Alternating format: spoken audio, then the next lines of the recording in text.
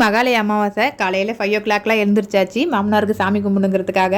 எல்லாம் ஸ்டார்ட் பண்ணுறதுக்கு முன்னாடி கவுண்டர் டாப் ஃபுல்லாகவே எல்லாத்தையுமே துடைச்சி விட்டுட்டு வீடெல்லாம் கூட்டி வீடெல்லாம் துடைச்சாச்சு. ஹஸ்பண்ட் காலையிலே அம்மா மாட்டுவதுக்கு சாமி கும்பிட்றதுக்கு கிளம்பிட்டாங்க. விரதத்துக்கு என்ன சமையல் பண்ணேன்னா பூசணிக்காய் சாம்பார், பரங்கிக்காய் பொரியல் பண்ணிவிட்டு வாழைக்காய் வறுவல் பண்ணியிருந்தேன், புடலங்காய் கூட்டு பண்ணிவிட்டு வடை பாயசம் தான் செஞ்சுருந்தேன்.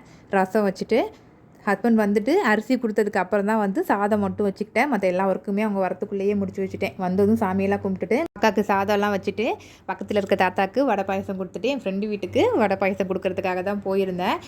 அங்கே அவங்க ஃப்ரெண்டு வந்திருந்தாங்க. அவங்களுக்கு வந்து மாப்பிள்ளை வீடு பார்க்க வராங்கன்னு சொல்லிட்டு மெகந்தி போடுறதுக்காக.